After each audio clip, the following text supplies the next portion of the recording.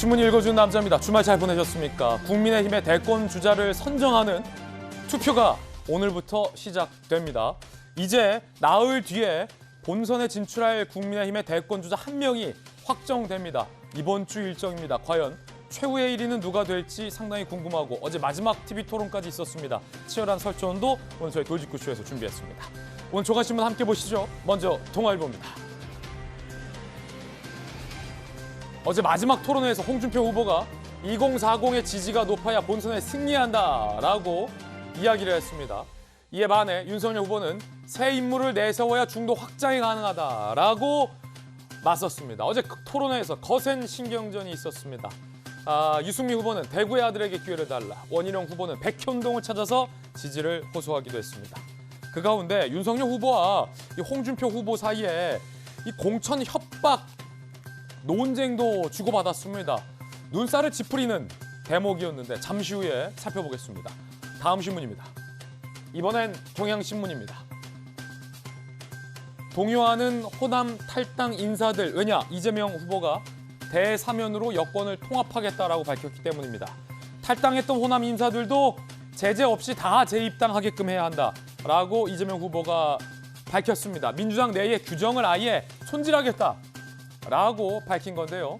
이 박주선 의원 등 윤석열 후보 캠프를 선택했던 이런 소식들이 이재명 후보의 이 발언으로 이어진 것 같습니다. 다음 신문입니다. 이번엔 조선일보입니다.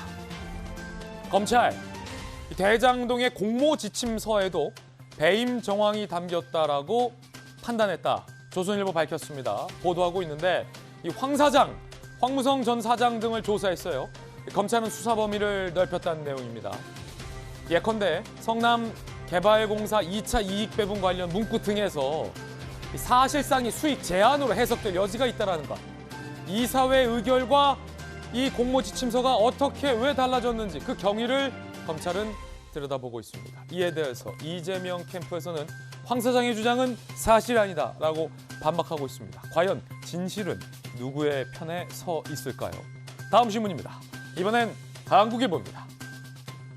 이제 오늘부터 11월 1일 위드 코로나가 시작이 됩니다. 저녁 예약이 빗발치고 있고 식자재 주문도 2배로 늘었습니다. 식당, 카페 611일 만에 웃었다. 식당 등이 24시 영업이 가능해지고 수도권도 10명까지 식사가 가능해집니다. 업주들은 모처럼 한박 웃음을 지었습니다만 그럼에도 불구하고 확진자 수가 연일 2,000명대를 넘어서면서 긴장감도 여전합니다. 지금까지 신문 읽어주는 남자였습니다. 월요일 아침 저와 함께하신 분들 소개를 해드리겠습니다. 윤석열 캠프의 김병민 대변인 나왔습니다. 돌직구쇼 강철부대 부산 사나이 민주당의 전재수 의원, 언론인 출신의 한신대 교수 김수영 교수님 나왔습니다. 모두 어서 오세요.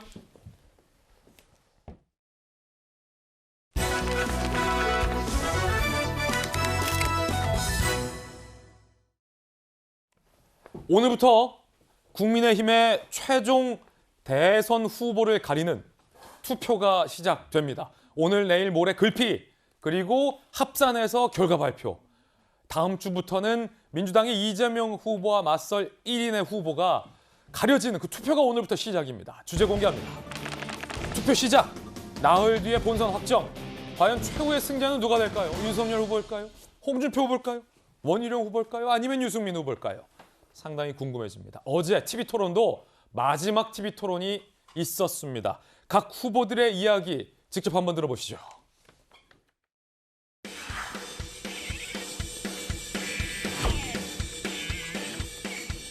이재명을 궁지에 몰아넣은 원희룡이 링에서 내려가는 순간 이재명은 유유히 도망갈 겁니다. 이재명의 비리의 실체와 도덕성의 모든 인생의 과정, 그리고 그 정책과 업적이 가짜라는 것 이미 다 잘 파악하고 있습니다. 이재명을 가장 잘 알고 이재명을 쓰러뜨릴 준비가 가장 잘 돼 있는 사람이 바로 저 원희룡입니다. 정책과 토론에서 저는 이재명 후보를 압도를 할 수 있습니다. 특히 이재명 후보의 그 기본소득, 기본주택, 기본대출, 기본 시리즈는 제가 가장 오랫동안 비판을 해왔습니다. 저 유승민 22년간 정치하면서 도덕성, 이재명 후보를 상대하는데 정말 아무 약점이 없습니다.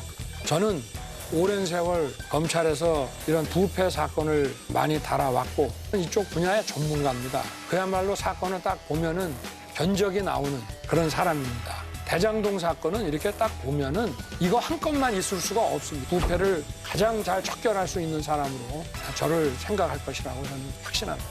홍준표만이 이재명을 이길 수 있다는 조사가 발표가 되고 있습니다. 이재명 후보는 쌍욕을 하는 사람이죠. 그리고 무상연애도 했고 무상 포퓰리즘이고 또 최근에는 재난지원금 또 준다고 하면서 나라 망치는 경기도 차베스 이 베네수엘라 급행열차하고 붙으려면 아무래도 홍준표가 제일 낫지 않을까 저는 그런 생각입니다.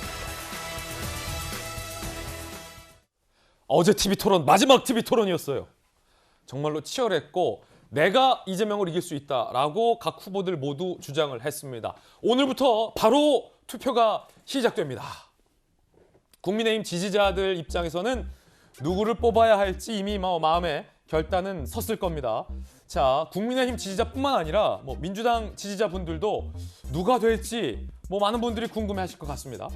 국민의힘 대선 경선 투표 일정을 보면 오늘과 내일을 모바일 투표. 이거는 핸드폰으로 하는 거죠? 그렇죠. 당원 투표 50% 반영이 되는 거예요. 그리고 글피, 그렇죠? 내일 모레와 글피에는 책임당원 ARS 전화투표와 일반 여론조사가 동시에 실시가 됩니다. 자, 그래서 5대5로 합산이 돼서 최종 대선 후보 발표가 5일, 이번 주 금요일 저희 돌직구쇼에서 그 결과를 바로 아실 수 있게 된다는 얘기입니다. 자, 윤석열 캠프의 김병민 대변인이 나왔습니다. 네. 어제 늦은 시각까지 TV 토론하면서 후보의 바로 옆에서 있었던 걸로 제가 알고 있는데, 자, 5일 이번 주 금요일이면 결과 나와요. 누가 될 것 같습니까? 금요일이면 결과가 나오는데 돌직구쇼의 시간이 좀 지나서 나올 것 같습니다. 그래요? 오후 2시에 백범기념관에서 최종적인 경선 후보 선출된 발표를 하게 될 것이고요. 네. 저야 당연히 윤석열 후보 캠프의 대변인으로 있으니까 윤석열 후보가 최종 후보로 선출될 거라고 확신하고 있고, 오늘과 내일 책임당원 50만 명이 넘는 책임당원의 모바일 투표가 진행되는데 아마도 많은 전문가들이 예측키로는 워낙 관심이 뜨겁기 때문에 오늘 상당히 많은 당원이 투표할 것이다. 오늘 하루가 지나면 거의 결과의 반수 이상이 다 나오지 않겠는가라고 생각들을 하는 분들이 많은 것 같습니다. 그렇군요. 약간 당원 쪽에서 우리가 좀 자신 있다라는 분위기가 엿보이는데 좀 불편한 질문 하나 드려도 되겠습니까? 일반 여론조사에서는 홍준표 후보가 내가 이미 앞섰다 이렇게 주장하기도 하잖아요. 물론 저희들이 쭉 여론조사 봤는데 오차 범위 내에서 홍보와 윤 후보가 박빙 결과가 나오거든요. 일반 여론조사 쪽은 좀 어떻게 전망하세요? 여론조사 기간마다 또 조사 방식마다 여러 가지 결과들이 좀 다르게 나타나긴 합니다만은 홍준표 후보와 윤석열 후보 크게 차이가 없는 상태로 나오는 것이 많은 여론조사 상의 결과이고요. 다만 그 안으로 조금 더 깊이 들어가 보면 민주당을 지지하는 지지층 입장에서는 홍준표 후보에게 많은 지지를 보내고 있고 국민의힘을 지지하는 지지층 입장에서는 윤석열 후보에게 훨씬 더 압도적인 지지를 보내고 있기 때문에 정권 교체를 원하는 국민들의 마음은 윤석열 후보로 이미 오래전부터 넉넉하게 기운 것이 아닌가 이렇게 생각하고 있습니다. 윤석열 캠프의 김병민 대변인은 일반 여론조사든 당원 투표든 윤 후보가 확정적이다라는 말씀 들었고요. 그렇다면 홍준표 후보를 공개 지지 선언하신 전재수 의원께서는 자, 5일 결과 어떻게 예측하십니까? 우리 윤석열 캠프에서 이제 우리 김병민 대변인 나와 계시니까 저는 이제 홍준표 후보 좀 편을 좀 들어야 되겠는데요. 네. 일단은 그 마지막 TV 토론에서 398 후보, 398 후보가 누구냐 이제 이런 이제 주제를 가지고도 이야기가 나왔었는데, 윤석열 후보가 20대, 30대, 40대에서 3%, 9%, 8%밖에 못 받고 있습니다. 20, 30, 40대에 있어서는 홍준표 후보가 압도적으로 지지를 많이 받고 있죠. 그다음에 홍준표 후보는 지난 대통령 선거 때 사실은 이제 보수 블록이 완전히 붕괴한 상황에서 그야말로 악정고투, 고군분투 해왔던 30년 가까이 국민의힘을 지켰던 이제 그런 분이죠. 그런 측면에서 본다면 윤석열 후보는 이제 국민의힘에 입당하신 지 4개월밖에 되지 않는데 말하자면 굴러온 돌이죠. 굴러온 돌이 이제 본돌을 쳐내는 이런 이제 결과를 이제 기대를 하시는 것 같은데 그럼에도 불구하고 제가 볼 때는 20, 30대의 강력한 지지 기반을 가지고서 그리고 대통령 선거라는 것은 당원들만 하는 것이 아니거든요. 모든 국민들이 하는 선거가 대통령 선거이기 때문에 일반 국민 여론조사에서 홍준표 후보가 앞서고 있기 때문에 결국은 민심이 당심을 견인해왔던 이거는 민주당이든 국민의힘이든 어떤 당이든 간에 항상 민심이 당심을 견인하게 돼 있는 겁니다. 그렇기 때문에 최종 결과는 뚜껑을 열어봐야 되겠지만 일반 국민 여론조사에서 앞서고 있는 홍준표 후보가 아무래도 국민의힘 후보로 당선되지 않을까. 네. 저는 그렇게 조심스럽게 예측을 해봅니다. 어제 TV 토론회에서도 윤석열 후보와 홍준표 후보가 사실 우리가 앞서고 있다라고 자신을 했습니다. 홍준표 후보는 20대, 30대, 40대에서 내가 앞서고 있다라고 주장했고 윤석열 후보는 홍준표 후보를 향해서 홍준표가 아니라 그거 꿔준 표다. 즉 역선택이다라고 꼬집었습니다. 그 대목 들어보시죠. 저는 이제 중도 확장이라는 이제 차원에서 보면은 저는 정치에 처음 이제 신인 아니겠습니까? 그분들을 담을 수 있는 그릇으로는 새로운 인물을 내세우는 것이 많은 사람들을 담아서 중도 확장하는데 조금 더 나는 유리하다고 생각하는 부분이 하나 있고요. 윤 후보님 참 언짢겠지만 398이라는 후보라는 그 이야기 들어보셨죠? 20대에는 3%, 30대에는 9%, 40대에는 8%. 그거 가지고 본선 치르기 어렵습니다. 그걸 어떻게 단시간 내에 올리겠습니까? 나는 그걸 가지고 새로운 신인이라고 주장하면서 확장성 이야기하는 거는 좀 넌센스다. 홍 후보님 중도 확장성 말씀을 하셨는데 확장성이 높더라고요. 민주당 지지자들한테. 그거는 인정하시죠? 그렇습니다. 그죠? 근데 또 민주당 후보를 넣어서 다자간으로 올 때는 오히려 또 낮으십니다. 그러면 이게 소위 이제 뭐 홍준표라고 안 하고 꿔준표라 그래서 본선에 가서는 전부 민주당 찍을 사람들인데 그걸 확장성이라고 생각을 하십니까? 최근에 이재명 이기는 후보는 저밖에 없지 않습니까? 이재명이하고 1대1로 붙는데 거기에 무슨 역선택이란 말이 나올 수가 있습니까? 경선이지 실제 본선에 들어갔을 때 그 표가 그대로 홍준표 후보를 지지할 거로 생각하십니까? 결국은 본선 때는 다른 데 찍을 꿔준 표라고 저는 이제 생각을 하고 많은 국민들이 그렇게 생각을 합니다. 자, 서로 웃으면서 패부를 찌르는 표현들이 나왔습니다. 398 후보는 당신이다. 꿔준 표라고 부르겠다. 치열했는데 언론인 출신의 김수영 교수님, 다 지금 사실 근거들을 두고 하는 발언이잖아요. 398 후보, 꿔준 표 후보 어떻게 보십니까?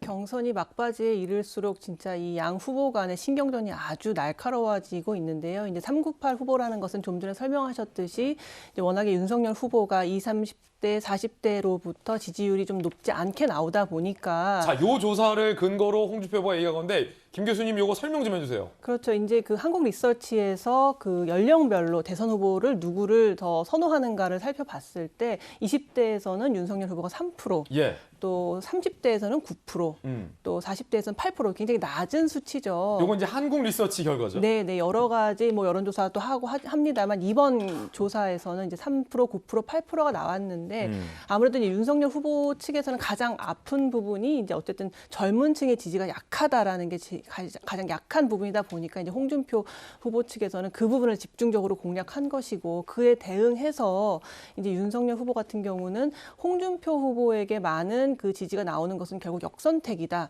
민주당 지지자들이 잠깐 꿔줬다가 결국 본선에 가서는 다시 가져갈 꿔준표다라는 식으로 약간의 그 말장난 같은 이제 이런 식의 이제 서로 공격을 하고 있는데 지금 3차 선거인단 같은 경우에 당원 수가 확 늘었습니다. 2차 선거인단 때보다 한 19만 명 정도 늘었거든요. 19만 명이 는 거면 엄청나게 는 거죠. 엄청나게 늘어난 거죠. 근데 그 중에서 20, 30대랑 40대의 비율이 한 절반 정도 된다는 거예요. 그렇기 때문에 굉장히 이 젊은 층의 지지를 누가 많이 가져가느냐, 이 사람들이 누구를 지지하느냐가 상당히 중요한 관건이 될 수 있습니다. 그래서 어쩌면 이제 홍준표 후보 쪽에서는 좀 더 희망을 걸어볼 수 있는 부분이고 그러다 보니까 이제 윤석열 후보 측에 대해서 젊은 층의 지지도가 낮다 이제 이런 식으로 공격을 한 것 같습니다. 398은 아까 한국 리서치 조사였고 다른 여론조사 결과에서는 결과가 조금 다르긴 합니다. KSOI 여론조사 결과도 함께 준비했습니다.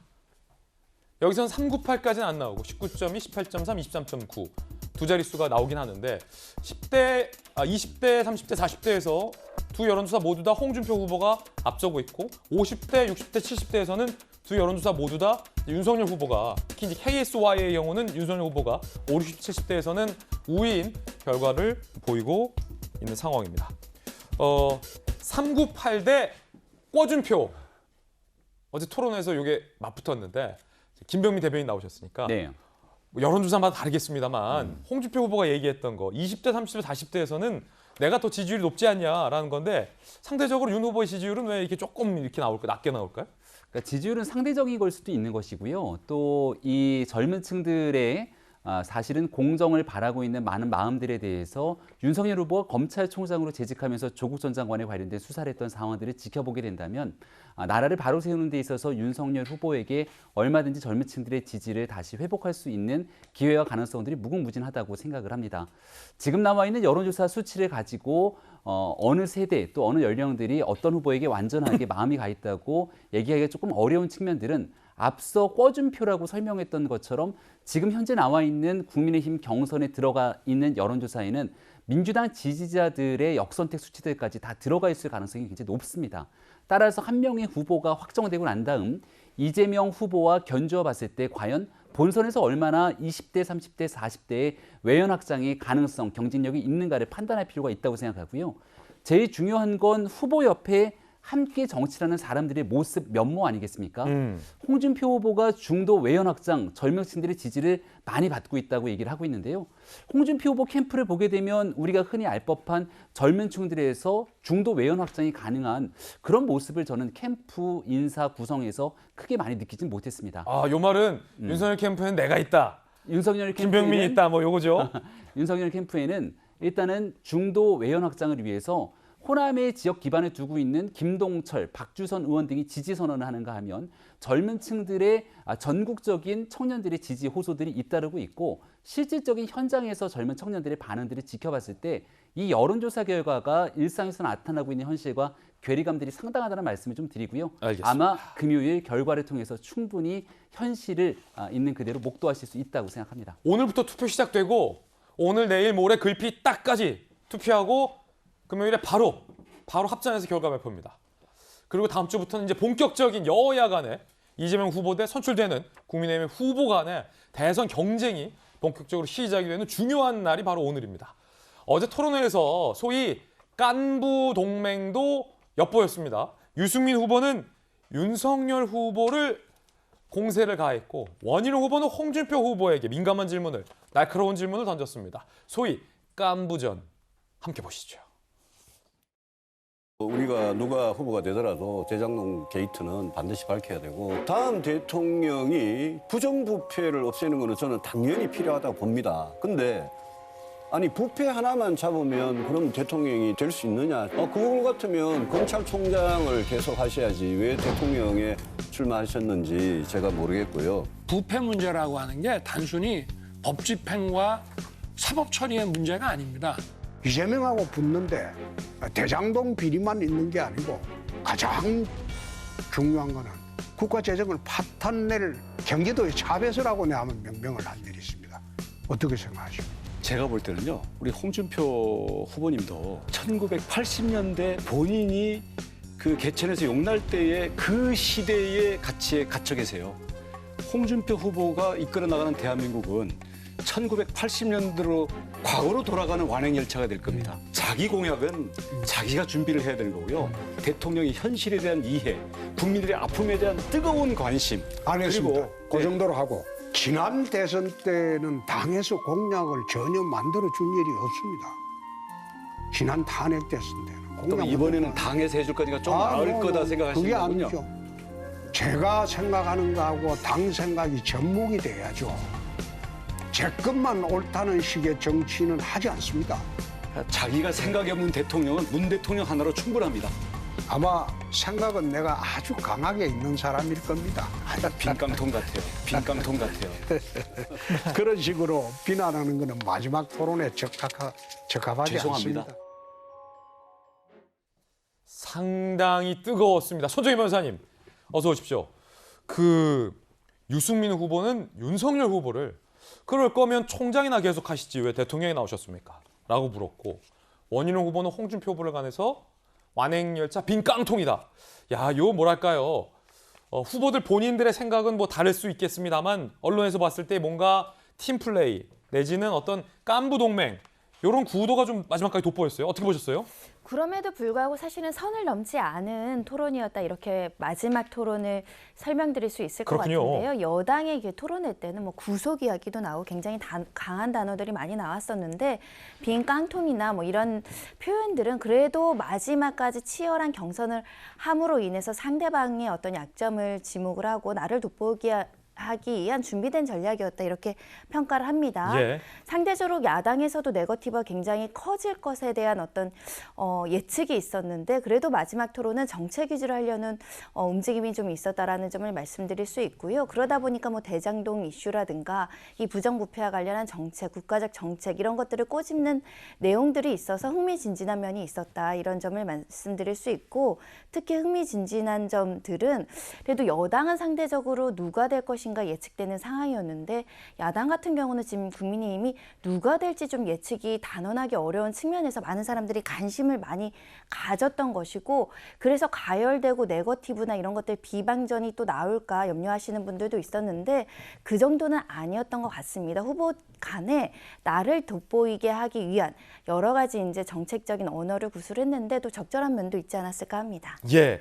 자, 그런가 하면 윤석열 후보와 홍준표 후보 간에 경쟁 막바지다 보니까 서로 공천 협박 논란이 주고받았는데 자, 이거 어떤 일인지 오늘 많은 종하신 분들은 사설에서 양측 모두에게 이건 좀 바람직하지 않은 것 같다라는 지적들이 실리기도 했습니다. 함께 보시죠.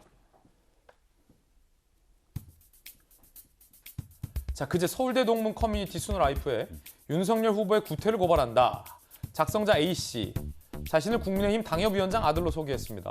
윤석열 캠프에서 아버지에게 독촉 전화, 주모, 권모 등 공천 등 빌미를 협박했다. 너네 지역에서 윤 후보 득표율이 많이 나와야 공천 줄 수 있다. 안 그러면 국물도 없다는 식이었다라는 글을 누가 올렸습니다.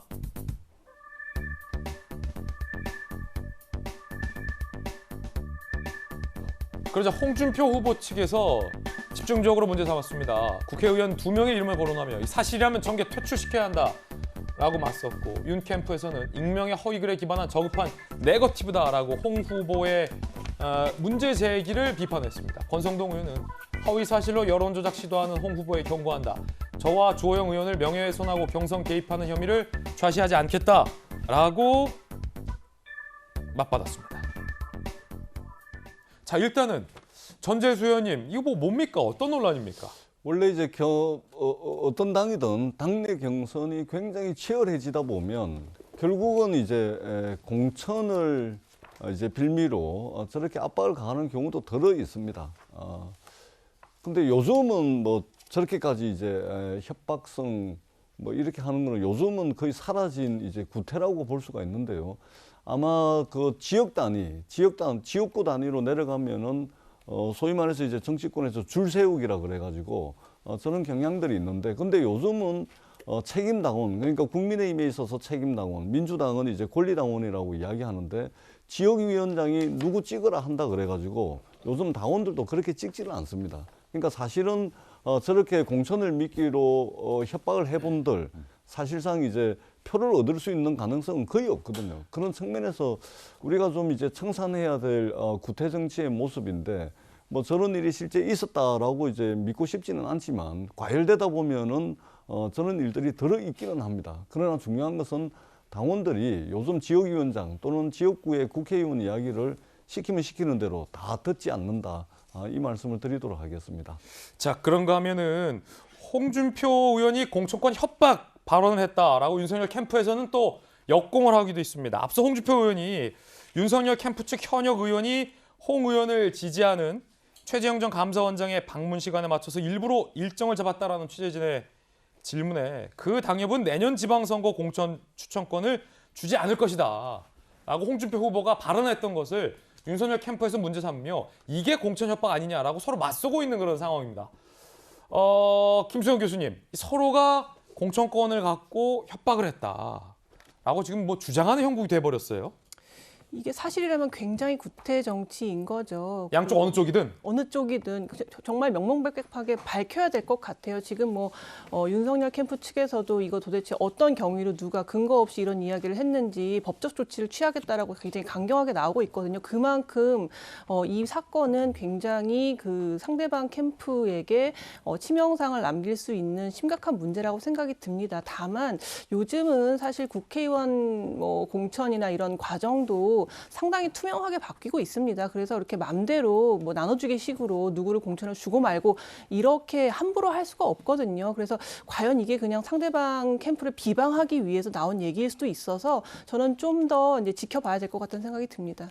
사실관계 좀 분명하게 하고 넘어가야 되는 건 조금 전에 봤던 익명의 게시판 글의 근거에서 네거티브 공세를 펼쳤던 후보가 있는가 하면 직접적인 후보의 언급으로 당협위원장의 공천권을 운운하는 모습들을 지켜볼 수 있었습니다.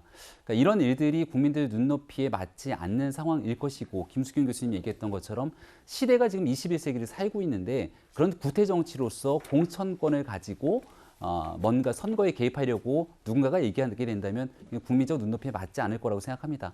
이런 측면에서 아마도 지금 현재 대한민국 대통령 선거를 치르고 있는 후보의 입에서 공천권 운운하는 얘기들이 두 번 다시 나오지 않았으면 좋겠다는 입장이고 여기에 관련된 논평도 국민 캠프 입장에서 나간 적이 있다는 말씀 함께 드립니다. 예, 사실이 아니다. 네. 자, 그런가 하면 윤석열 후보가 한 예능 프로그램에 출연해서 밸런스 게임을 한 대목이 화제가 되고 있습니다. 어떤 건지 함께 보시죠. 자, 손정희 변호사님, 일단 저 밸런스 게임이라는 게 약간 사실 저는 모르는 게임입니다. 그러니까 신세대들 게임이라잖아요.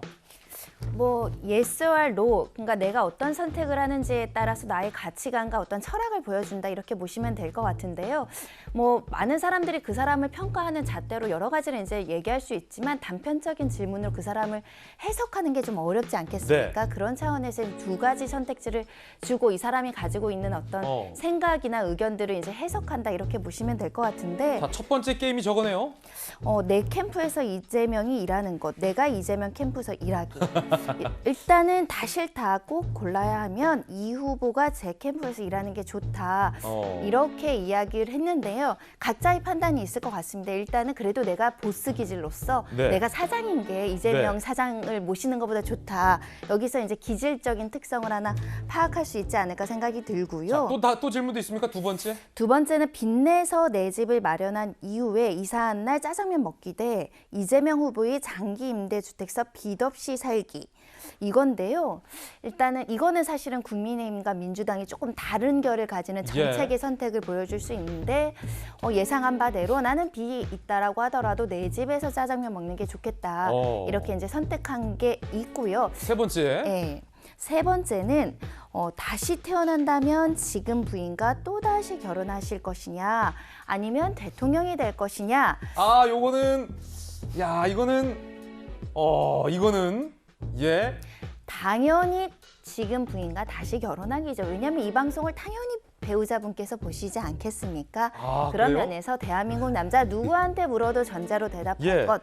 이렇게 이제 어떻게 보면 답이 정해져 있는 질문이긴 했지만 사실 이 질문을 구성한 측의 고민들을 좀 엿보일 수 있겠죠. 일단 대선 전국에서 처가라든가 아내 리스크에 대한 부담이 있었을 텐데 그로 인해서 본인의 어떤 선택을 물어보고 그에 대한 어떤 대중들의 평가를 받고자 하는 것이고, 두 번째는 부동산 정책과 관련한 이슈에 대해서 민주당이 가지고 있는 여러 가지 좀 아킬레스건이죠. 부동산 정책 어려운 부분, 이것들을 이제 좀 두드러지게 보여준다 이렇게 보실 수 있을 것 같고, 이재명 후보나 사실은 윤석열 후보나 공통점은 이제 법조인인데 변호사 검찰이 이제 같은 법조인이긴 하지만 완전히 다른 조직이죠. 완전히 다르죠. 네, 검찰은 사실 조직 체계 상명하복이 굉장히 뚜렷한 조직이었기 때문에 윤석열 후보가 가지고 있는 어떤 사람을 어떻게 쓰는지에 대한, 그리고 본인이 어떤 가지고 있는 어떤 조직에 대한 관리, 리더십 이런 것들이 또 투영되어 있다라고도 볼 수 있습니다. 예.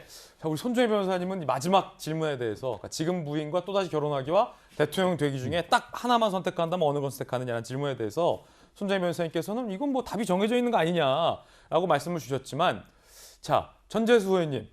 지금 그 형수님이랑 다시 결혼하시겠습니까? 아니면은 부산시장에 당선이 되시겠습니까? 왜냐면 부산시장에 되고서 결혼해도 되는 거잖아.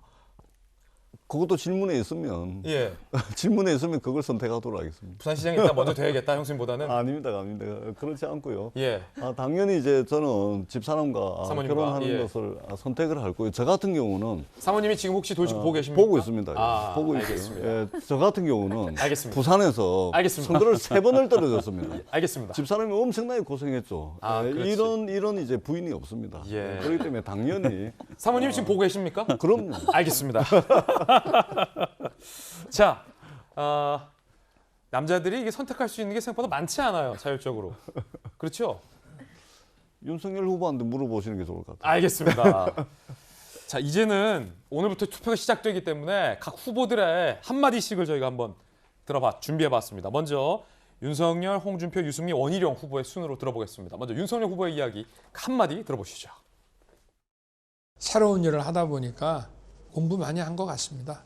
앞으로 계속 고쳐나가야죠. 말하는 사람의 그 마음보다 그것이 어떻게 국민들에게 들리느냐 하는 걸 더 중시해야 된다는 걸 배웠습니다. 대통령직에 대한 전문가는 있을 수 없다고 저는 봅니다. 저와 이 철학을 같이 하는 분들 중에 많은 필드 경험이 있는 분들을 또한 연고와 관계없이 최고의 그 인재들을 발탁을 해서 쓰도록 하겠습니다.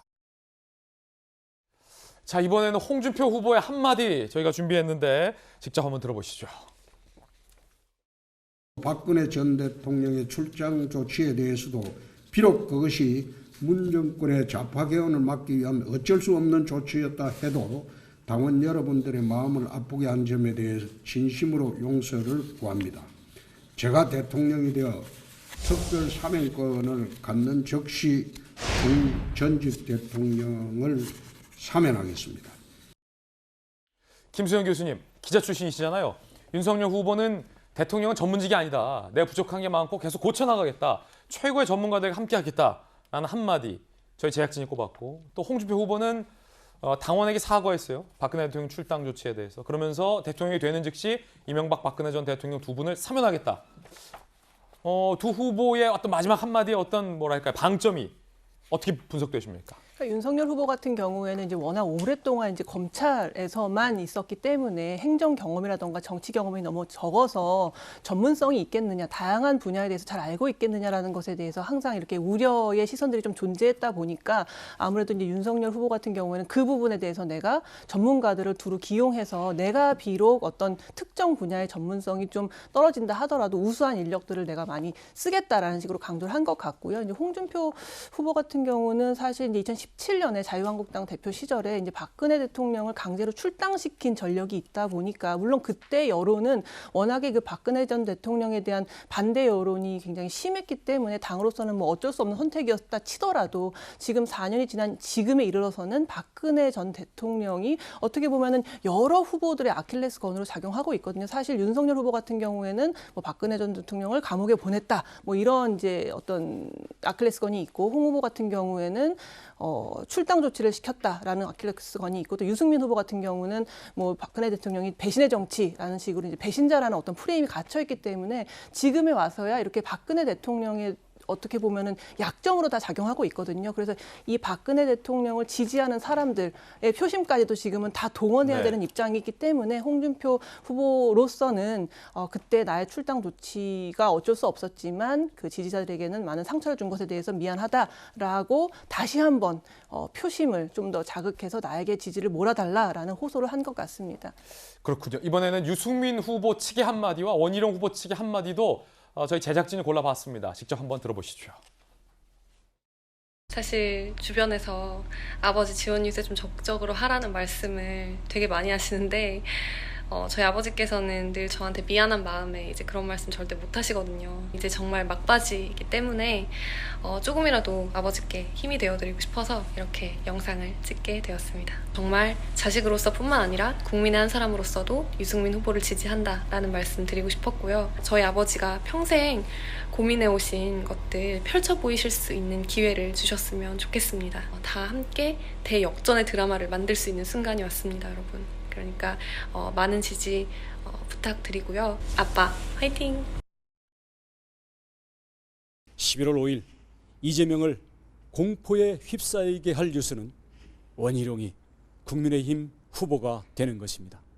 흠결없고 리스크 없는 원희룡만이 이재명을 굴복시킬 수 있습니다. 대장동 게이트를 꿰뚫고 있고 많은 국민들의 제보를 가지고 있는 원희룡만이 이재명의 실체를 드러낼 수 있습니다.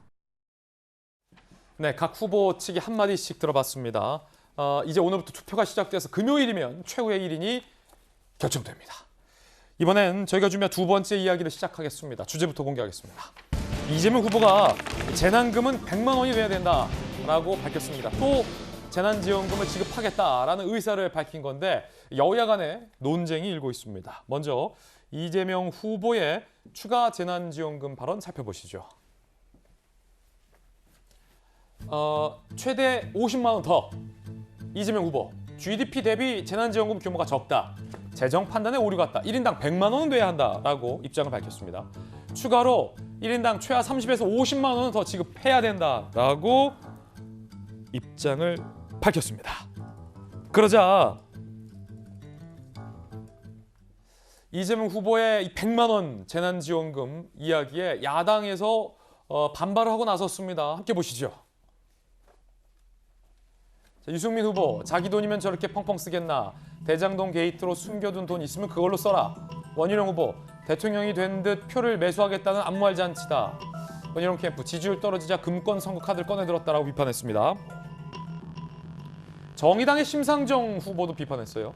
국민 세금은 집권 여당이 꽃감 빼먹듯 쓰는 꿀단지가 아니다. 지금 여당 대선 후보는 위로를 말할 때가 아니라 책임을 말해야 한다라고 비판을 했는데 심상정 후보와 원희룡 후보의 이야기 한번 들어보시죠.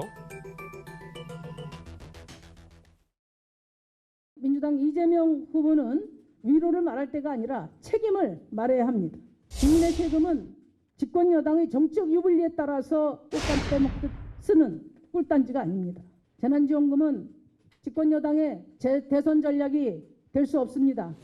지금 어려움에 처한 자영업자와 국가 재정에 대한 이 고민을 해도 부족할 판에 지금 무슨 대통령이 된 듯이 표를 매수하겠다라는 아무 말 잔치 이제 그 시작인 것 같아서 정말 우리 국민들이 정신 단단히 차리고 반드시 정권 교체해야 됩니다.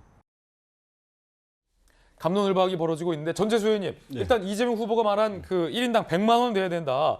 추가로 30에서 50만 원 더 지급하겠다. 자, 이건 뭐 어떤 취지입니까? 그러니까 코로나가 우리 국민들에게 엄청난 고통을 준 것은 사실이지만 그 코로나 때문에 어떻게 보면 정말로 국민들에게 있어서 국가의 역할이 무엇이어야 되는지를 근본적으로 한 번쯤 생각하게 되는 그런 계기도 됐습니다. 예. 우리가 이제 큰 정부, 작은 정부 논쟁이 쭉 있어 왔는데 지금은 큰 정부 시대입니다. 이미 국가와 정부가 친구들 만날 때 몇 명 이상 만나지 말아라. 가게 영업시간은 몇 시까지 해라.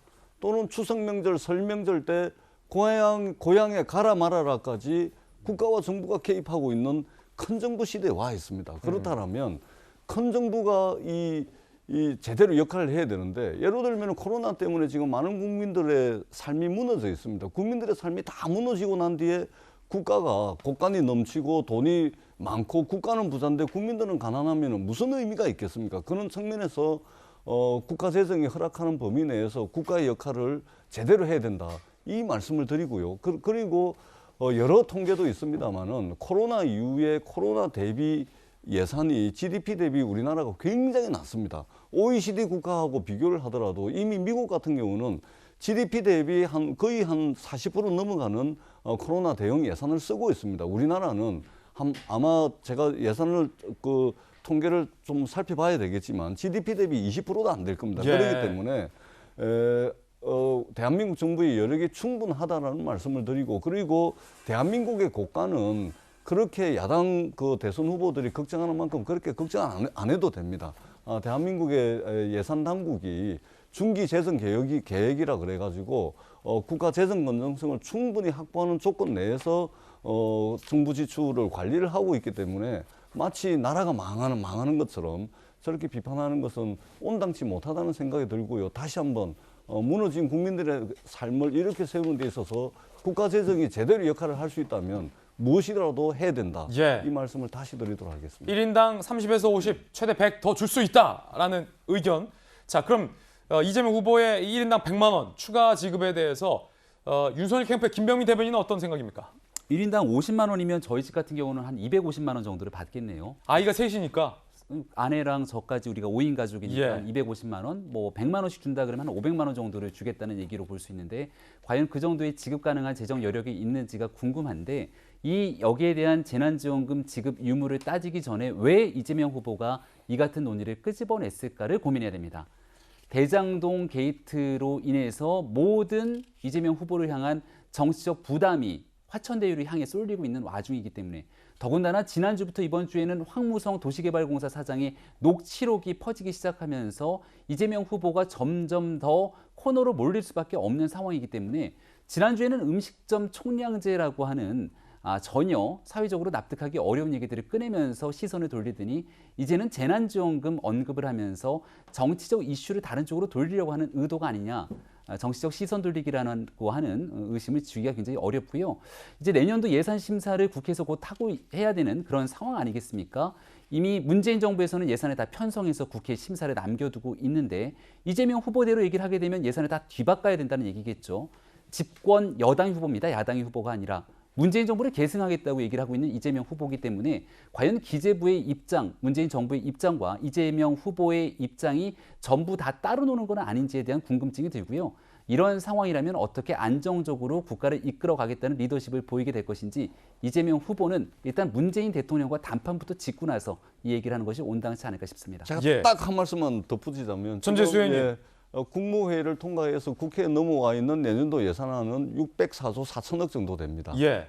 이재명 후보가 국민들에게 30에서 50만 원 더 지급을 해야 된다는 것은 내년도 본 예산을 심사하면서 할 일이 아닙니다. 가능하면 내년도 본 예산에 국민 재난지원금을 넣으면 좋겠죠. 그런데 이미 국회로 넘어와 있기 때문에 12월 2일까지 예산 심사를 마쳐야 되기 때문에 시간이 충분치가 않습니다. 그거는 못 건드려요. 예, 그래서 올해 저희가 그 추가 경정 예산, 추경을 4차례를 했습니다. 그렇기 때문에 대체적으로 한 내년 3월 정도면 일상적으로 다른 일이 없더라도 3월 정도면 추경 논의가 계속해서 국회에 있어 왔고 대체적으로 상반기 중에 추경을 그동안 정부가 계속해서 보수 정권이든 진보 정권이든 상관없이 상반기 중에 이제 대체적으로 이제 추경을 편성을 했기 때문에 국민 재난지원금을 더 지급을 하게 된다면 내년 초에 추가 경정 예산안을 통해서 충분히 할 수 있다. 이런 말씀을 드리도록 하겠습니다. 추경을 통해서 하면 된다. 자, 다시 김병민 대변인. 재난지원금이라는 거는 국민들께서 어려움을 겪고 있기 때문에 긴급하게 국민들의 생활과 삶에 필요하게 지급을 하는 것이 우선 아니겠습니까?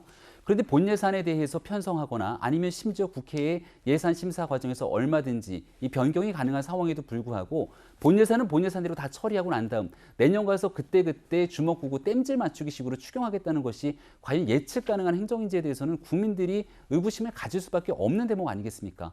그토록 필요하고 이재명 후보가 주장하는 것처럼 국민들께 반드시 줘야 되는 예산이라면 어딘가의 곳간에서 다른 부분들을 감액하고 여기에 대한 예산을 편성해 다시 한번 심사를 해야 되는 것은 온당한 일일 텐데 그러지 못한 상태 속에서 주장만 한다는 건 결국 내년도 대통령 선거를 앞두고 정치적인 공방을 끌고 가려고 하는 정치행위에 불과하다 저는 이렇게 생각합니다. 제가 한 말씀만 더 드리자면 지금 오늘부터 지금 이제 일상회복에 들어갔습니다. 이 일상회복은 전체 3단계로 구성이 되는데요. 첫 번째 단계는 다중 이용 시설에 대한 해제를 풀게 됩니다. 그렇죠. 그다음에 두 번째는 집회라든지 대규모 행사라든지 이런 것들을 이제 해제하게 됩니다. 그다음에 3단계에 가게 되면은 이게 내년 한 전반기, 상반기 정도 될 것 같은데 이때 가면은 코로나와 관련된 모든 규제를 다 풀게 됩니다. 그러면은 이게 6주 단위로 단계별로 1단계에서 2단계 6주, 2단계에서 3단계 6주 이렇게 걸리거든요. 그러면은 6주면은 내년이 넘어갑니다. 그렇기 때문에 그 상황을 봐가면서 국민들의 무너진 삶을 이렇게 세우거나 또는 소비 진작이나 경제를 생각해 가지고 국민들에 대한 재난지원금은 충분히 검토를 할 수가 있는 것이죠. 알겠습니다. 만약 이것이 경기 진작 효과나 이런 것들이 없다면 정부가 할 일이 없겠죠. 다시 한번 우리가 코로나를 통해서 국민에게 과연 국가와 정부는 무엇인가 이 부분에 대한 근본적 질문에 답을 해야 될 때가 저는 왔다. 이렇게 평가를 합니다. 재난지원금 논쟁 관련돼서는 여기까지 듣겠습니다. 자, 우리 시청자 여러분들, 국민 여러분들은 과연 이재명 후보가 꺼내든 1인당 100만 원, 추가 30에서 50 지급에 대해서 여러분들 어떻게 생각하십니까? 여러분들의 판단도 상당히 여러분들의 생각도 궁금합니다. 자, 또 하나의 어떤 논란의 대목은 바로 영상으로 좀 살펴볼 텐데 이재명 후보가 로봇 이제 그 기술을 보러 박람회 비슷한 곳에 갔는데 이 로봇을 넘어뜨리는 영상을 갖고 갑론을박이 좀 있는 것 같아요. 영상으로 만나보시죠.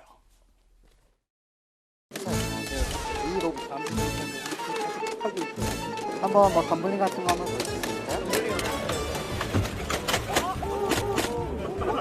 보여주실까요? 망가지는 거 아니에요? 되더라도 스스로 일어나야 되는데 네, 일어날 겁니다.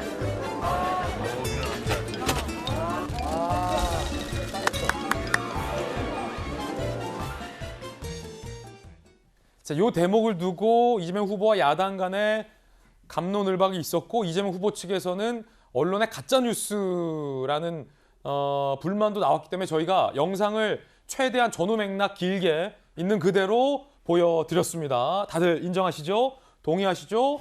자, 그런데 문재인 대통령의 이 로봇 관람 영상과 대조가 되면서 갑론을박, 뭐 크게 막 중요한 논쟁은 아닌데 소소한 갑론을박이 일고 있습니다. 함께 보시죠.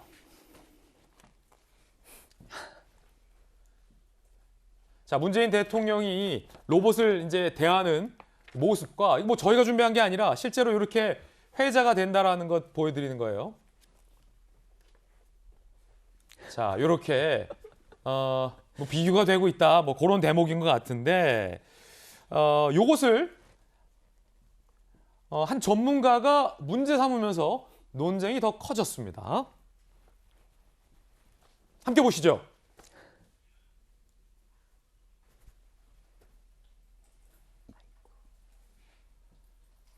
미국 대통령 후보였다면 무사하지 못할 것이다. 이한상 고려대 경영학 교수. 공공전시장 기물 파손하고 생명체를 모방해 만든 로봇을 학대하는 행위다. 진중권 전 교수는 기본적으로 감정이입 능력의 문제다. 로봇을 생명처럼 대하는 문재인 대통령이 소환되는 건 당연한 일이다. 두 인성의 차이는 감정이입 능력에 있다. 라고 비판이 나왔습니다. 김수영 교수님. 비판하는 쪽 입장에 대해서 김수영 교수님께서 생각해 주시고 김 교수님 의견 주시고 또 그게 아니다. 이재명 후보 측 입장에 대해서도 손정혜 변호사께서 소개해 주시고 손 변호사님의 의견도 한번 들어보겠습니다. 그러니까 비판하는 쪽의 입장에서는 사실 요즘 로봇이라는 형태가 예전처럼 바퀴 달린 이런 기계의 모습이라기보다는 네 발 달린 마치 이제 동물과 같은 어떤 인간과 교감을 할 수 있는 형태의 모양새로 많이 만들어지죠. 그렇다 보니 이제 로봇과의 어떤 인간과 교감 같은 것들도 이야기할 수가 있는 부분인데 어떻게 보면 이재명 후보 측에서는 지금 뭐 넘어져도 잘 일어나는지를 보기 위해서 자기가 일부러 그렇게 넘어뜨린 것이다라고 주장하고 있지만 이 논쟁이 왜 일어났는지 이재명 후보는 조금 뼈아프게 들어야 될 대목이 그동안 이제 이재명 후보에게 그 어떻게 보면 더 씌워져 있었던 여러 가지 이미지를 우리가 생각해 볼 때 여러 가지 뭐 도덕성에 대해서 문제도 많았고 논란도 많았고 스캔들의 내용들도 굉장히 좀 아주 강한 것들이 많았잖아요. 그러다 보니까 이재명 후보의 저러한 행동들이 굉장히 공감 능력이 떨어지는 것이 아니냐. 어쨌든 그게 로봇이라 할지라도 아무리 기계라 할지라도 뭔가 로봇과 인간이 공감할 수 있는 이런 능력들을 보여줄 수 있는 어떤 한 대목인데 이것을 그냥 완전히 사물로 전혀 공감이 안 되는 상태에서 그냥 기물을 마치 파손하는 듯한 이렇게 과격한 행동을 보인 것이 국민들에게는 굉장히 안 좋게 보일 수 있다라고 아마 비판하는 쪽에서는 이야기를 하고 있는 것 같습니다. 예. 자, 이재명 후보 측에서는 가짜 뉴스다라고 소위 버럭을 했다는 보도도 나옵니다. 일부 장면만 보여준 가짜 뉴스다. 저희들은 그래서 앞뒤에 붙여서 보여드렸습니다. 넘어진 로봇의 보건 능력 테스트인데 넘어뜨렸다고 비난한다. 스테이크 먹었더니 식당에서 칼 휘둘렀다고 하는 것이다. 라고 입장이 나왔습니다. 손정혜 변호사님, 이재명 후보 측의 입장은 요거죠?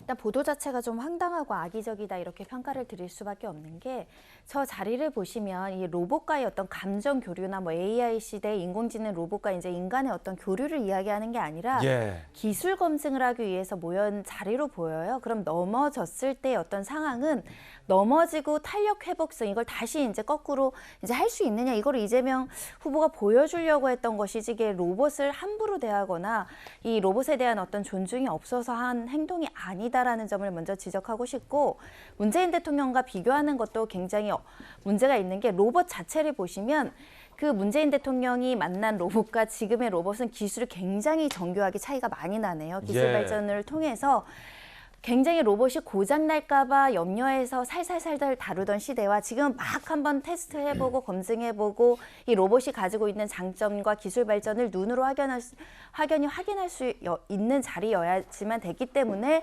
일부러 저런 행동을 통해서 기술의 정교함이 발전이 있었다라는 걸 강조하려는 의도였지 어느 누가 지금 이 시국에 로봇을 학대하려는 의도로 저렇게 하겠습니까? 라고 질문을 드리고 싶고 로봇 학대라는 단어도 또 좀 너무 신박해서 우리가 동물학대까지는 이제 뭐 생명이나 이런 것들에 대한 경계선이 있었는데 앞으로 뭐 나올 주제이긴 합니다. 로봇에 대한 어떤 인간성에 대한 존중처럼 로봇성에 대한 존중 문제는 미래 세대는 이야기하겠지만 지금은 비판을 위한 비판, 비난을 위한 비난 조의 보도가 아닌가 그런 생각합니다. 야, 이 대목을 두고도 언론인 출신의 김수영 교수님의 생각과 우리 또 손정혜 변호사님 생각이 참 다른 게 참 흥미롭습니다.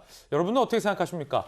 김병민 대변인, 윤석열 캠프의 대변인이 봤을 때는 어떻습니까? 이 논쟁이 넘어뜨려도 좀 살살 넘어뜨렸는데 그냥 집어던졌다라고 비판하는 분도 있고 아니 이거는 집어던진 게 아니라 넘어져야 일어나는지를 보기 위한 거다라는 이재명 후보의 입장도 있고. 아니, 보건 능력 테스트하는 장이 아니잖아요.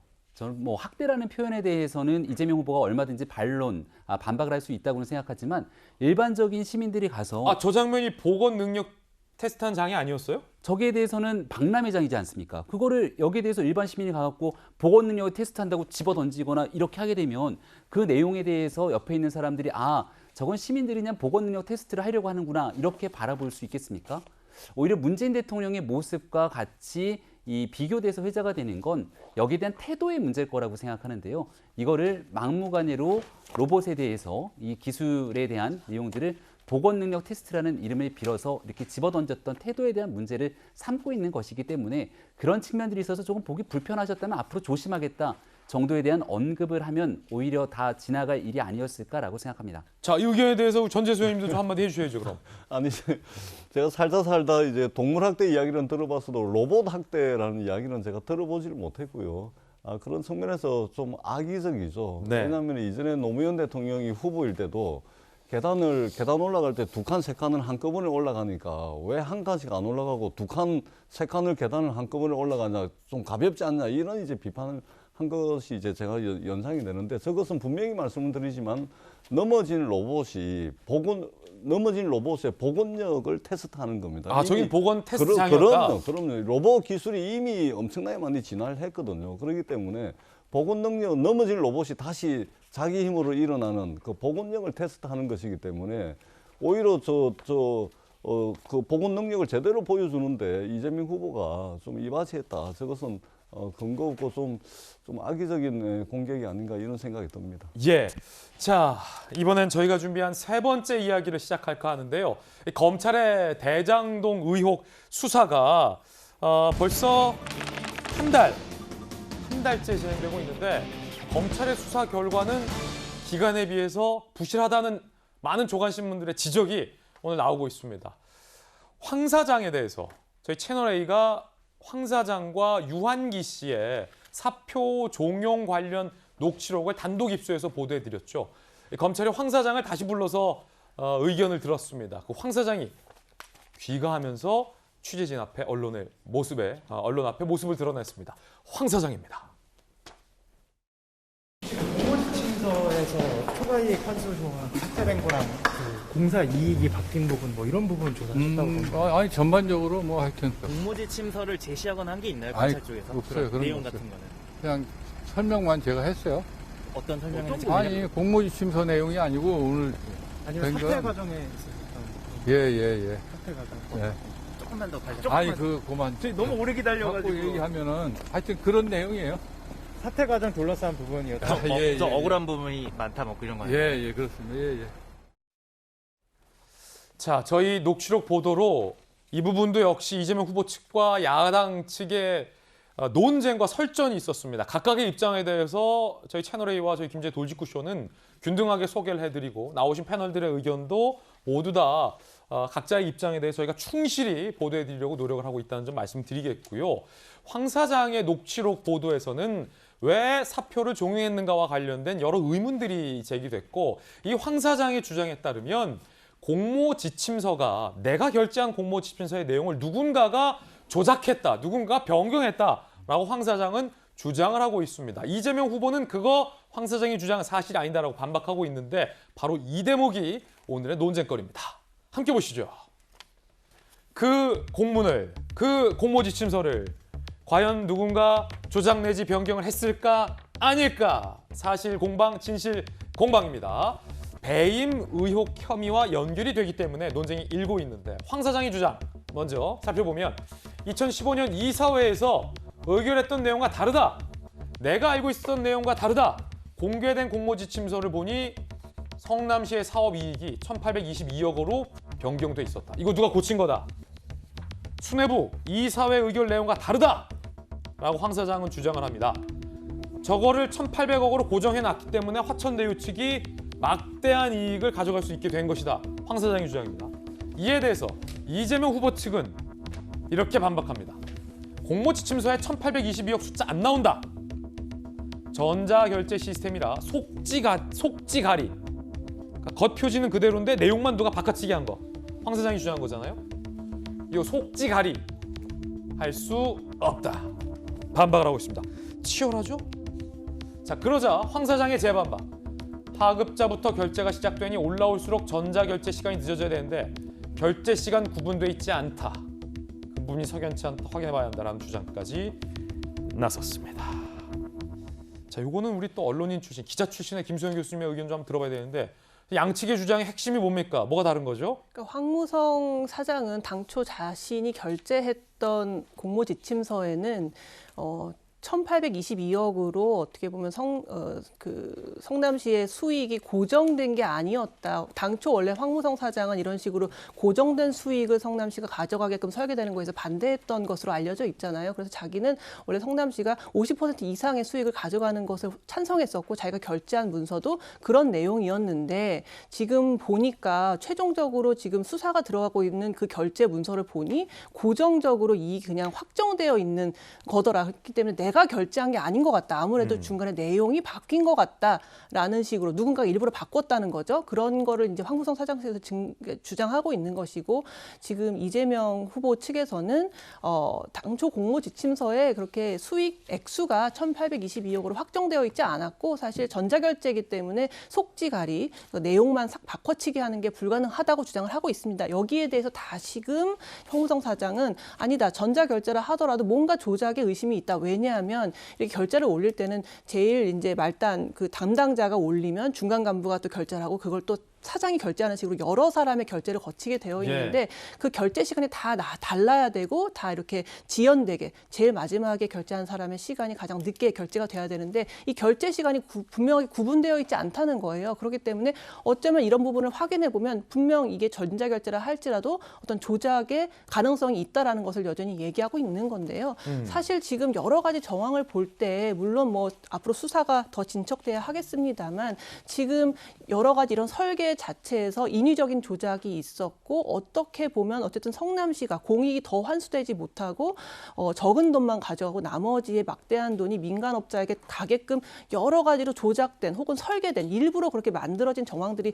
속속들이 나오고 있고 또 증인들도 계속 나오고 있잖아요. 이런 것들을 어떻게 보면은 지금 이재명 시장 당시 성남시장이 뒤에 있었던 것이 아니냐는 것에 대한 의혹이 점점 더 커지는 방향으로 계속 이제 사실들이 불거져 나오고 있습니다. 또 주장들이 나오고 있고요. 그래서 이 부분에 대해서 좀 검찰이 빨리 좀 수사에 속도를 내고 확실한 수사를 해야 되는데 자꾸 이게 수사도 늦어지고 별로 성과도 없고 지금 더디게 돌아가는 입장이다 보니까 당연히 국민들 입장에서는 특검 빨리 하자라는 얘기가 나올 수밖에 없는 상황입니다. 자, 그럼 손정희 변호사님 이 같은 논쟁이 이재명 후보의 배임 의혹 으로 거론되는 이유는 뭡니까 법적으로?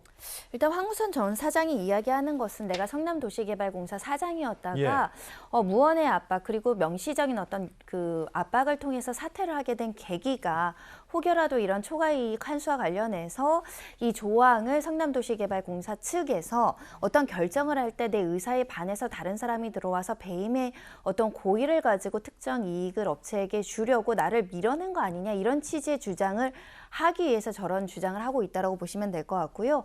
검찰도 지금 유동규 전 본부장이라든가 김만배 씨에 대한 구속영장 청구할 때 배임죄를 이제 그 범죄 사실로 기재를 했지만 김만배 씨 이제 구속영장 청구에서 배임 혐의가 이제 소명이 부족하다라고 이제 기각된 전례가 있기 때문에 배임 혐의가 적용되기 위해서는 성남도시개발공사에 손해를 입히고 하천대유 등에 이제 특혜를 입혔고 특정인이 특정 목적을 가지고 계약 구조를 짰다 그렇게 그게 입증돼야 되지 않습니까? 그러다 보니까 이제 황 전 사장의 진술이 필요한 상황이고 사태의 어떤 동기, 원인이 무엇인지를 이제 밝혀내는 게 굉장히 중요한 시점인데, 근데 앞서서 보신 것처럼 뭐 전자결제 뭐 내가 한 게 아닌 것 같다라든가 모르는 조항이 있었다라든가 이런 주장은 사실은 굉장히 수사로서 밝히기 굉장히 쉬운 겁니다.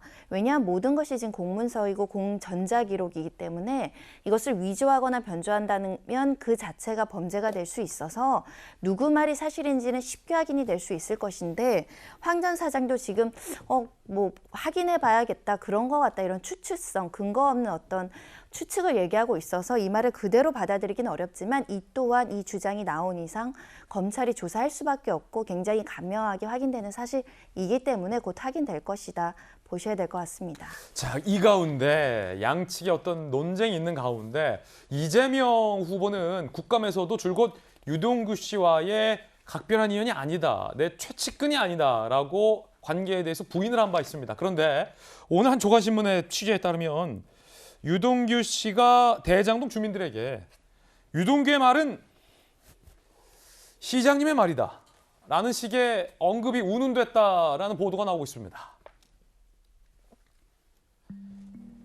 동아일보가 대장동 주민들의 녹취 파일 몇 개를 입수를 해서 오늘 보도하고 있는 내용입니다. 동아일보 보도입니다.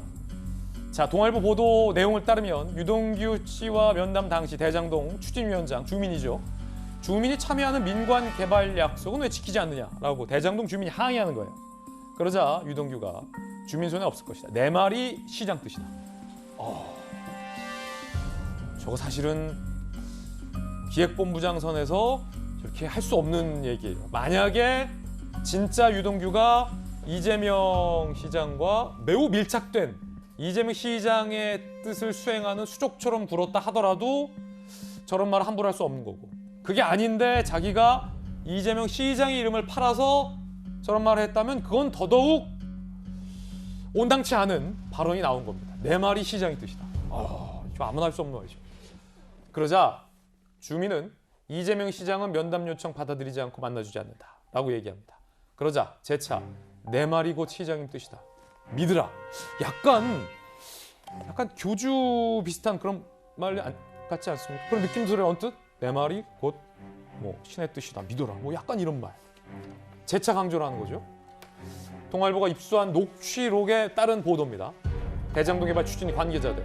동아일보가 이렇게 인터뷰합니다. 유동규는 성남 도계공 설립 전부터, 이 시점이 상당히 좀 중요한데, 도계공 설립 전부터 시장의 뜻을 거론하며 구체적 대장동 사업 계획안을 설명했다. 도시개발공사가 설립되기 전부터 저렇게 했다는 건 상당히 좀 이례적이고, 유동규는 곧 이재명 시장의 뜻을 전달하는 사람이라고 알고 있었다. 주민들의 사업 설명 76분 분량 녹음 파일에서도 시장님의 뜻이라고 유동규는 6번을 언급했습니다.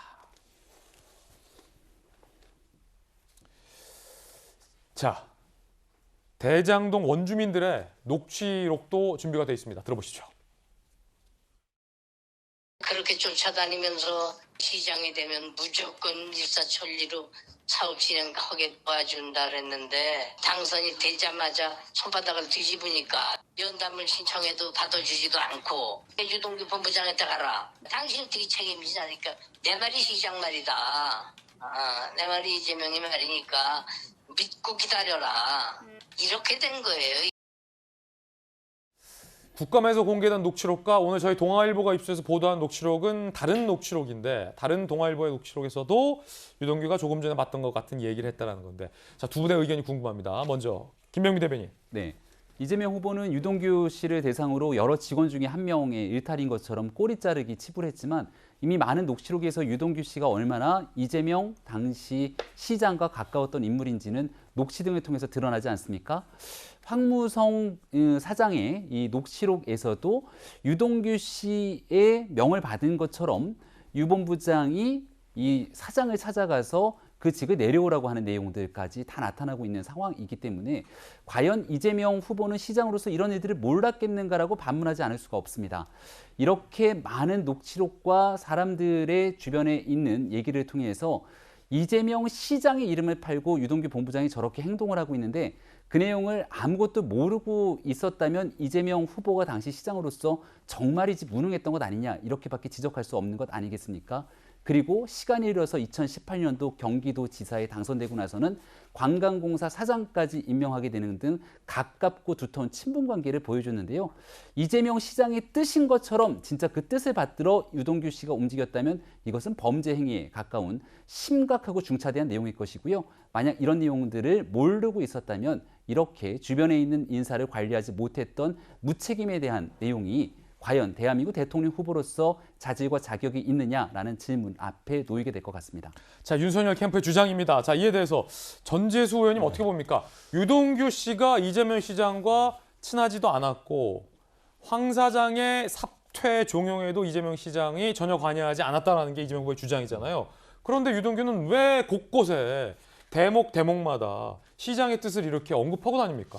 도계공 설립 전부터. 우리 김병민 대변인 말씀대로 좋습니다. 그거 다 인정한다 칩시다. 인정한다 치면은 그러면은 이재명 시장이 그때 당시 성남시장이 유동규 씨와 남욱 변호사와 정영학 회계사 등등 해가지고 민간 개발업자들의 이익을 다 보상해주기 위해서 또 민간 개발업자들이 자기들 원하는 대로 그 사업의 모델을 끌고 가게 하기 위해서 말하자면 이재명 시장이 협력을 해줬다는 이야기인데 그렇게 되려면 미래에 얼마가 발생할지도 모르는 대장동 개발 사업을 사전에 5,500억의 확정 이익을 사전에 정하고서 가지 않겠죠.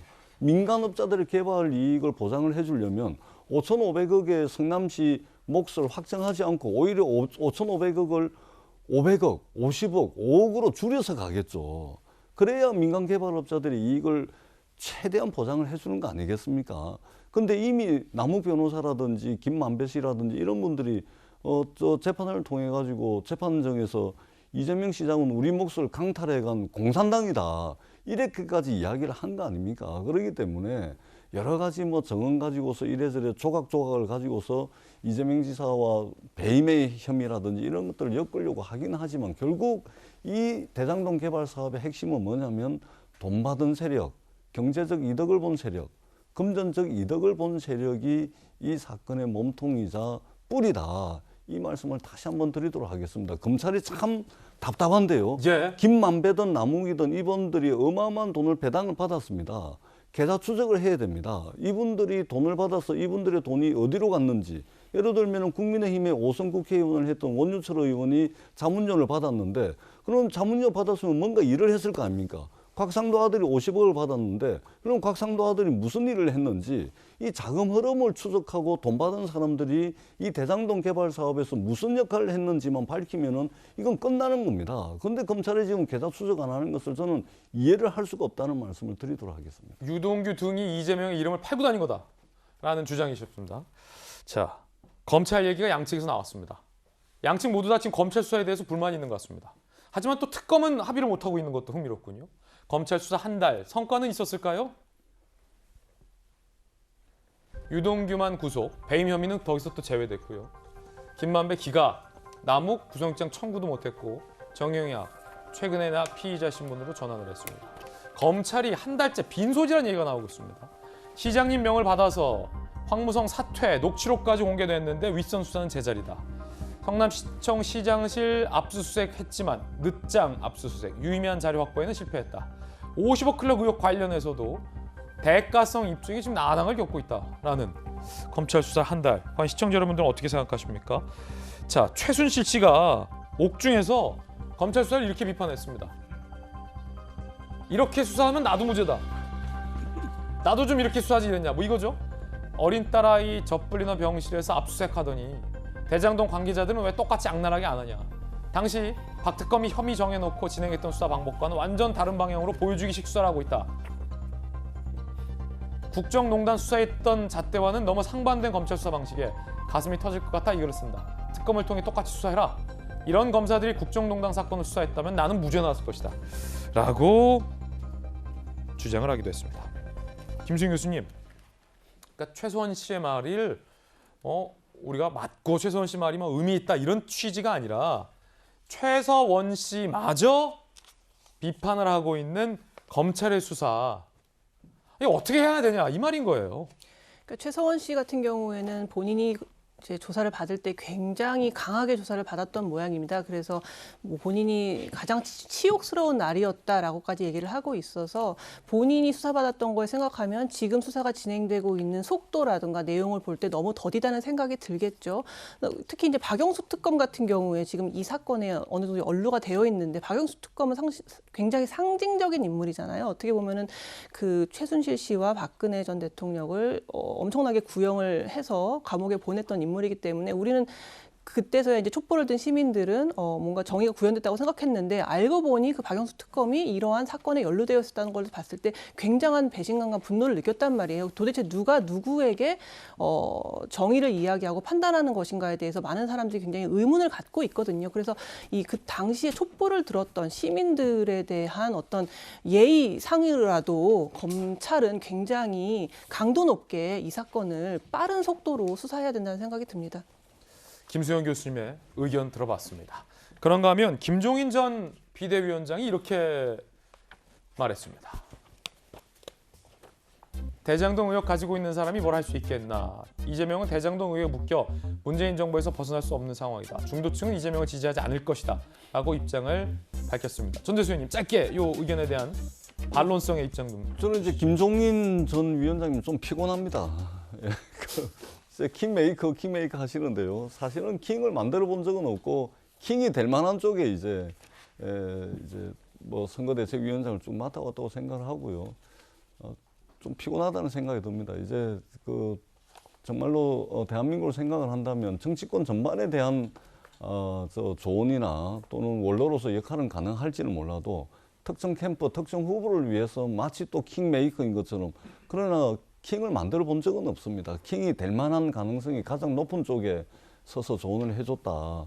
그런 측면에서 저런 말씀은 좀 이제 그만하시는 게 우리 사회 원로로서 맞지 않을까 이렇게 생각을 합니다. 예, 김종인 전 비대위원장의 의견과 또 전재수 의원의 의견 모두 다 전해드렸습니다. 이번엔 저희가 준비한 다음 순서 이 뉴스 못지않게 뜨거운 뉴스들 두 가지 준비되어 있습니다. 위드 코로나가 오늘부터 시작되잖아요. 뭐가 달라지는지 준비가 돼 있습니다. 그리고 안철수 대표가 대선 출마를 잠시 후에 합니다.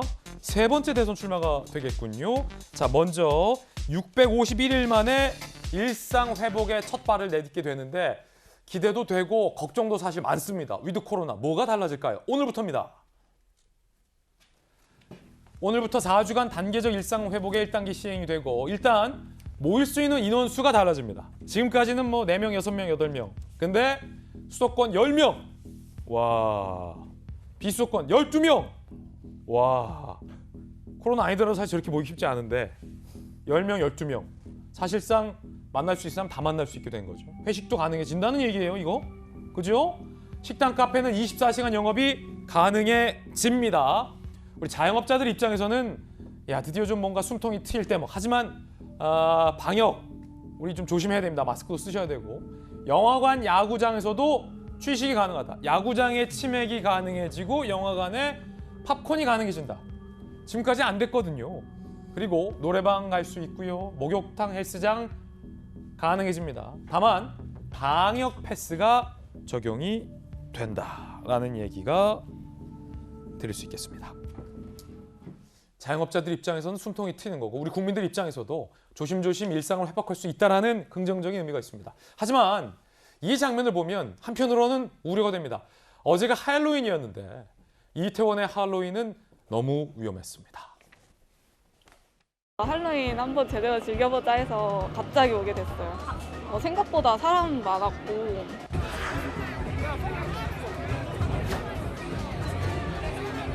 아니, 벗어.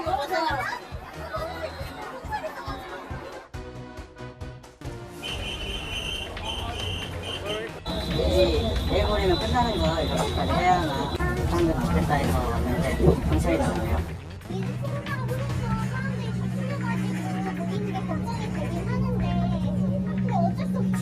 2년이라는 시간 동안 이런 기회도 없었고 또 공백이 있었기 때문에 지금 10시까지만이어도 충분히 즐기다 들어갑니다. 마스크 정도는 그래도 써야 되지 않을까. 마스크 벗은 사람 조금 많이 보이긴 했었어요. 이태원 정말 빽빽했습니다. 그리고 한 청년 인터뷰했잖아요. 어차피 뭐 내일이면 위드 코로나인데 뭐 이렇게 경찰이 단속해야 되냐.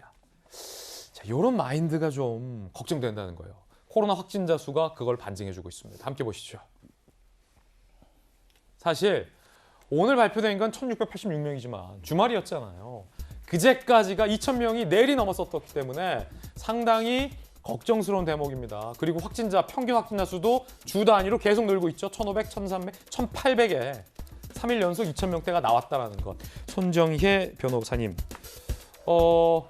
중대본에서는 이 헬로윈을 계기로 확진자 증가 가능성이 크다 걱정하고 있습니다. 한편으로는 어떻게 보십니까? 그것까지 고려해서 사실은 위드 코로나 일정을 정한 게 아닐까라는 생각이 들고요. 단기적으로 좀 늘어난다고 하더라도 중증 어떤 환자를 관리하는 의료 체계만 제대로 작동이 되고 준비가 된다고 한다면 위드 코로나가 다시 이제 강도 높은 사회적 거리두기로 돌아가지 않고 잘 정착이 되지 않을까, 또 돼야 된다, 이렇게 이제 말씀을 드릴 수 있는데 어제 이제 이태원거리에 모여 있는 젊은 사람들 마음도 이해가 됩니다. 젊음은 한때이고 이때 아니면 즐길 수 없는 나이대가 있는데 2년 동안 많이 참았기 때문에 분출된 게 아닐까라는 생각이 들고요.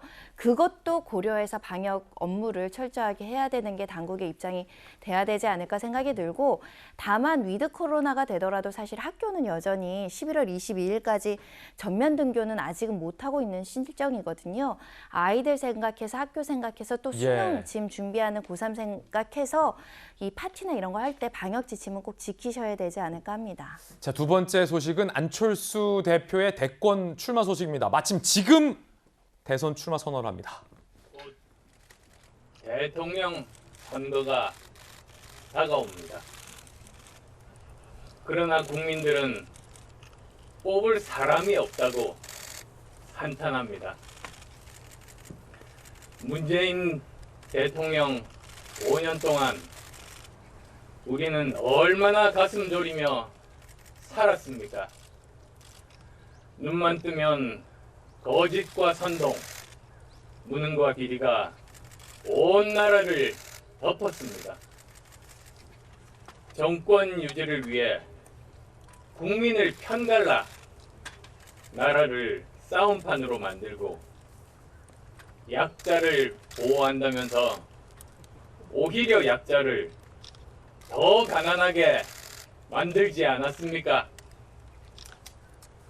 부동산 정책 내놓을 때마다 오히려 부동산 값만 폭등하게 만드는 바보 천치들의 무능한 권력 노름을 우리는 눈만 뜨면 지켜봐야 했습니다. 청년들은 희망을 잃은 지 오래고 대한민국 출산 시계는 사실상 멈춰섰습니다. 그런데도 현 정권은 경제 무능, 안보 무능, 백신 무능에다가 권력 사유화를 통해 내 편 지키기, 내 편만 살찌우기에 몰입했습니다. 안철수 대표의 세 번째 대선 출마 선언 생중계로 일부 들려드렸습니다. 벌써 세 번째 대선 출마인데 상황이 좀 많이 달라졌죠. 그런데 지난 서울시장 선거에 출마할 당시 안철수 당시 후보는 대선을 포기했다라고 재차 밝힌 바 있습니다. 그때 그 발언 들어보시죠. 사실상 이번 서울시장 출마로 2022년 대권 출마 의지는 접은 것 아니냐는 관측이 나오고 있는데요. 대권 출마는 일단 접은 걸로 저희가 봐도 될까요? 제가 대선을 포기하고 서울시장 선거 출마 결심을 한 배경 이해해 주시기 바랍니다. 반드시 저는 선거에서 이기고 좋은 시정을 통해서 정권 교체 교두보를 확보하겠습니다. 자, 김병민 대변인. 네. 서울시장 나갈 때는 불과 얼마 전인데 대선을 포기했다라고 이제 안 대표가 발언을 했는데 이제 저걸 이제 발언을 이제 뒤집은 건가요, 그러면? 그렇죠. 오늘 출마 선언문 전체를 좀 더 지켜봐야겠다는 생각이 드는데요. 아마 지난번 서울시장에 나오겠다고 언급했을 때의 입장과는 사뭇 좀 다른 상황으로 변경된 것이 아닌가 생각이 되는데, 무튼 4.7 보궐선거를 통해서 안철수 후보가 국민의힘의 오세훈 당시 후보와 함께 손을 잡고 정권교체 교두보를 놓겠다고 같이 단일화를 선언하면서 서울시장 선거를 멋지게 승리로 이끌어내지 않았습니까? 그런 정권교체에 대한 뜻이 크게 변하지 않았을 거라고 생각하고요. 안철수 후보도 정권교체를 위해서 이제 본인이 할 수 있는 역할을 찾겠다는 의지가 아닐까 싶은데, 결국은 큰 강물에서 다 같이 함께 만나지 않을까 이렇게 생각하고 있습니다. 지금 홍준표, 유승민 후보 둘은 단일화 얘기를 했는데 윤석열 후보는 아직 그런 얘기 없어요. 윤석열 후보가 금요일에 단일 후보로 선출되면 혹시 안철수 대표와의 단일화 의지도 있다고 볼 수 있는 겁니까? 여기에 대해서는 아마 후보의 입장이 좀 정리가 되는 대로 나올 것이기 때문에 그렇군요. 현재까지는 안철수 후보가 기자회견을 통해서 어떤 얘기를 하는지를 좀 유심히 지켜보고 있습니다. 여론조사도 준비했습니다. 관건은 과연 본선 국면에서 안철수 대표 후보가 얼마만큼 지지율을 받을 수 있는 거냐에 따라서 단일화 여부도 아마 갈라지겠죠. 함께 보시죠. 상황에 따라 달라요. 어떤 상황이냐? 야권의 후보가 누구냐에 따라 다릅니다. 윤석열, 홍준표 후보가 됐다라고 가정했을 때는 안철수 후보의 지지율이 8%, 9% 한 자릿수. 원희룡, 유승민 후보가 됐을 때는 두 자릿수로 늘어나긴 하지만, 만약에 이 여론조사대로라면 전재수 의원님, 윤석열 후보나 홍준표 후보가 당선된다면 안철수 후보의 지지율은 그리 많진 않군요. 그래도 아마 그 국민의힘에서 단일화를 하지 않을 수는 없을 겁니다. 그렇죠. 왜냐하면 5%만 나와도 그게 어딥니까? 그럼요. 예, 굉장히 그 많은 표수. 그런 측면에서 아마 단일화 협상을 위한 또 지루한 공방이 왔다 갔다 할 거고요. 안철수 대표가 2011년도에 새정치라는 깃발을 들고 이제 정치 입문을 했는데, 지난 10년 동안 사실은 정치 휴업과 정치 재개를 계속해서 반복해 왔습니다. 그리고 탈당과 창당을 무한 반복해 왔습니다. 그리고 이번에는 또 지난 서울시장 출마를 하면서 대권 출마하지 않겠다는 약속까지 뒤집어 엎었기 때문에 저는 굉장히 좀 실망스럽다는 말씀을 드리고요. 예. 그러나 대선을 완주하지는 못할 겁니다. 아마 국민의힘과 단일화를 통해서 차기 정부에서 어떤 역할을 모색하지 않을까. 결국은 안철수의 새정치가 정략으로 변해버린 안타까운 현실을 보고 있다. 이 말씀을 드리겠습니다. 전재수 의원님의 개인적인 의견 들어봤습니다. 저희들은 60초 광고 후에 돌아오겠습니다. 잠시 후에 뵙죠. 네, 월요일 아침 저희가 준비한 소식 모두 다 전해드렸습니다. 저희들은 내일 아침 8시 50분에 더욱더 풍성한 소식 들고 인사드리겠습니다. 오늘 하루는 분명 어제보다 나을 겁니다. 좋은 하루 되십시오. 고맙습니다.